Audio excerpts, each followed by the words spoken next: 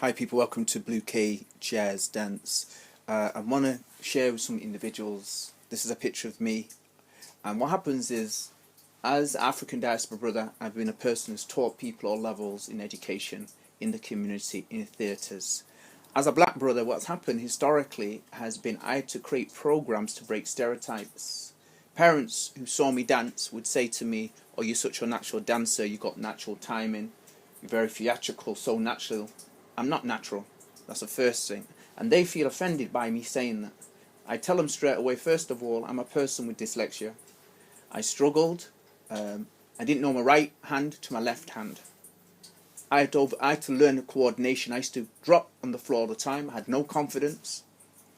I was passive. I was fearful. I had stage fright. The work you see here today, nothing of it is natural. And I'm quite offended. Because it's a stereotype that goes back to the jazz era, to the era of when Westerners enslaved African diaspora people. When we showed that we had great ability and talent, and that talent was nurtured through hard work, people identified that, guess what, it's because they're naturally gifted. We're not. I was a great athlete because my parents, my dad and my mum, spent time honing me with the skills to become an athlete, and then I nurtured it from there. I did nothing but hard work. My early learning years were one of struggling to be able to think, to be confident. I was extremely shy, so me to be on the stage doing this is very, very important for people to understand. This is a picture of me drumming at the top here, which is important. And what happened as an individual, I nurtured my craft. I became a drummer and dancer because in African diaspora world, how do we learn to express ourselves? We expressed ourselves through storytelling, so I became a storyteller. At 8 years old, I decided I'm going to dare myself to share and care the stories that I had, and I did it. I overcame the struggles of bullying because I had special education needs. I was written up for the IQ test. I was identified as incapable. Do I look incapable here? Right, okay. Do I look incapable here? No, I don't. And I want to take you down as an individual.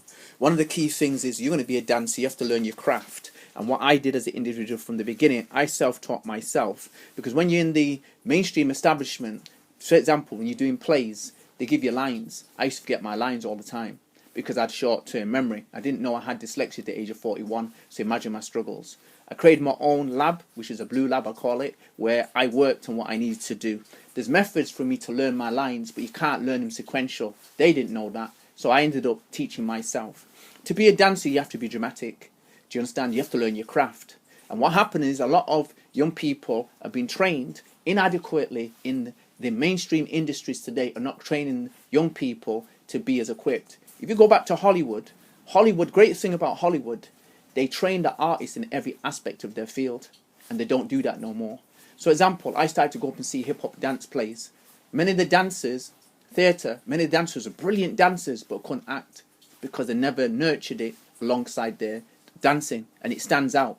You can have a person who's middle of the road and it works, but you have a person that's exceptional perfectionism in ballet, in hip-hop, and does that to perfections in drama, it doesn't work. So I've seen a lot of plays, hip-hop theatres, which have been absolutely fantastic acting, but many people don't learn dancing, they don't learn acting, they don't learn storytelling.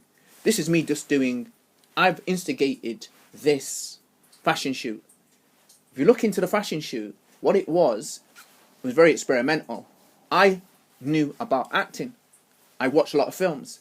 I'm bringing the idea of a film out here, so I'm trying to be like an alien. That was the whole idea of it. Do you understand what I'm saying? So what happens is you have a lot of people today haven't learned the true craft of being an artist. The dancer needs to be an artist. Most importantly, a lot of dancers don't do experimental work. I grew up on experimental work. I came into this world from improvisation. Improvisation means exploring, pushing the boundaries, means devising, pushing the boundaries, and creating your own methods. So when you go to a dancer as a choreographer, you have 10 different ways that you can work. If you're an actor, you've got 10 different ways that you express love.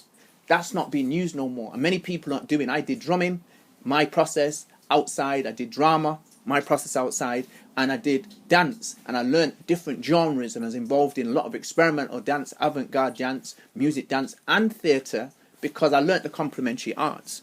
One of the key things I came as an individual, I became my own educator. No one taught me how to educate myself.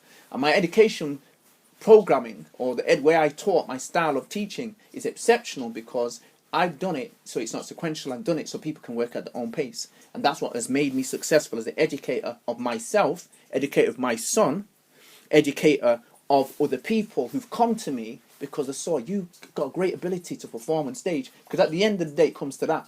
There's many individuals that technically can remember lines very quick. I know I have to go down a different process. As I told you, I can't remember lines in sequential order. I can't remember drumming beats in the sequential order or dance steps. I had to make my lab video stuff, come home, work a little bit and put that together. But I'm one hell of a performer. And what happened was I didn't worry about what happened in rehearsals. I knew I can learn the lines. I knew I can learn the drum beats by taping them. I found a process, and this is one of the processes you see me using video. I use video a hell of a lot. At home, I have ideas. I just put it on video and just watch it myself. That's all I do. And then I remember the moves. But how I teach teach from a process of sequences, of phrases. I don't teach 1, 2, 3, 4, 5, 6, 7, 8. I teach people this and that, and then put these dance steps together. And you call it imprography, and it came from a gentleman called Gregory Hines. He created that name called imprography from tap. I'm saying you put certain moves together and boom, oh, I feel that feels. It feels like right. And that's what it does. And each choreographer is different. I have creative processes that I work with as an individual. So what happens, I'm a person who studied the world of art. And this is my thing, Blue K Jazz Dance, writer, director, boom. This is me as a founder of Soul Deep Family. I'm sharing with people my new ways of my creativity. My exploration was I have books on world art. I look at art.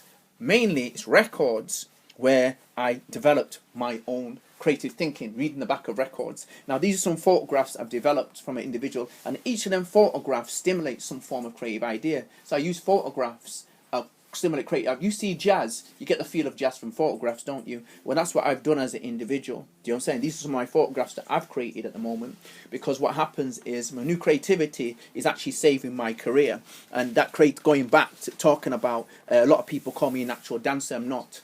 As an individual, I came up shy and I created a play which is called Dance or Die Shy. Okay, The Adventures of the Swing Kid. And down here it says, our history is not history until we celebrate it in true context to its period, showing its true significance. This photograph has only been able to happen because I've been away for 5 years at university, and every day I worked hard knowing I'm going back to the stage as a solo performer. 1.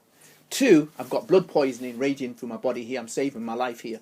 I'm using what is called mixed movement. This picture comes from an event called Mixed Movement, and what it was, month to month, I'd come home from university and I had blood poisoning, and it sent me for 6. It took me back to being 8 years old. That child who was fearful, who had dyslexia challenges. I couldn't read, I couldn't write, I couldn't think coherently, so I couldn't study. I was trying to reflect on books. I couldn't do anything. But the key I could do was use video, and that's the irony of the situation. What happened then, I got this photograph. I started to bring myself back from 2009. Then 2012, I had a house fire, and the same sort of symptoms arose for me again. And again, I couldn't read, I couldn't write. Again, I used video as an individual. What happened, I initiated a number of projects to work with DJs and promoters who were reviving my art form, UK Jazz Dance, which is an umbrella term for a number of UK Jazz Dance styles. And I got betrayed. What happened, the whole idea was to keep photographs. I told them you could use photographs for what they want you to do, but they cannot sell the photographs because I want to use it from an exhibition to talk about how I rehabilitated myself through health, and videos I wanted to show people. What happened immediately, the photographer from the first event I was working created a secret site, people started to sell my photographs. I caught him, kept it in-house with the organisation because I didn't believe that they were involved in it. I said, this is what's happening, please can you stop it?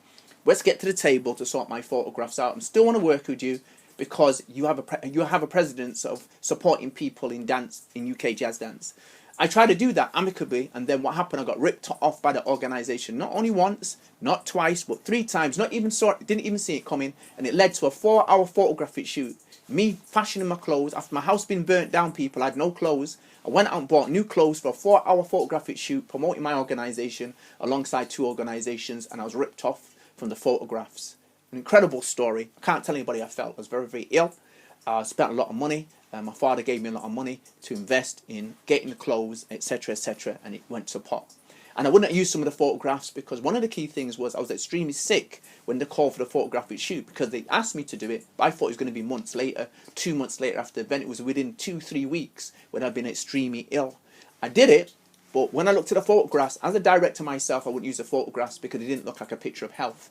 And it was important. It would be good for photographs for my health and well-being program to tell people this is really, but not for publicity in respect to UK jazz dance, because my work is always to promote the positive images and energy of my African culture, heritage, arts. And I as a director, would say, no, you can't use them photographs because I look ill. You don't use them photographs. No model in the world or an actor who looks ill would use a photograph to promote a positive event, and you look ill in it. That's not a really good way to promote dance, is it? Because it's one of them activities that does improve people's health and well-being.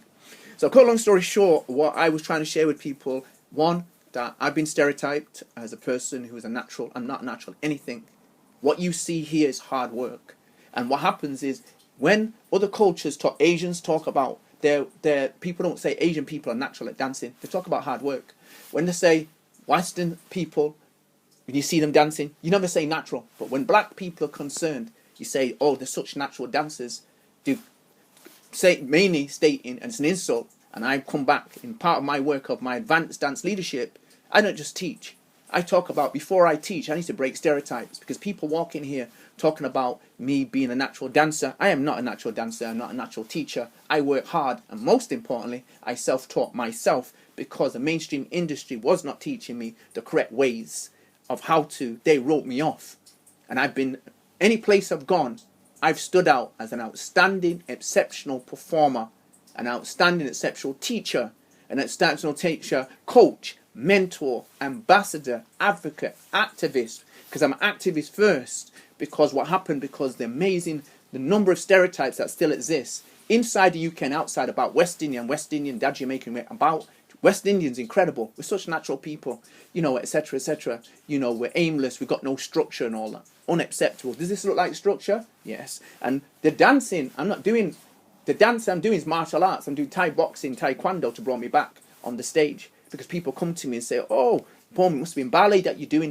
No, that's not ballet that brought it back. It was Thai boxing that brought it back. Because my training involves sports. It always has. That's how I came up. Blue K Jazz Dance Out. Take it easy.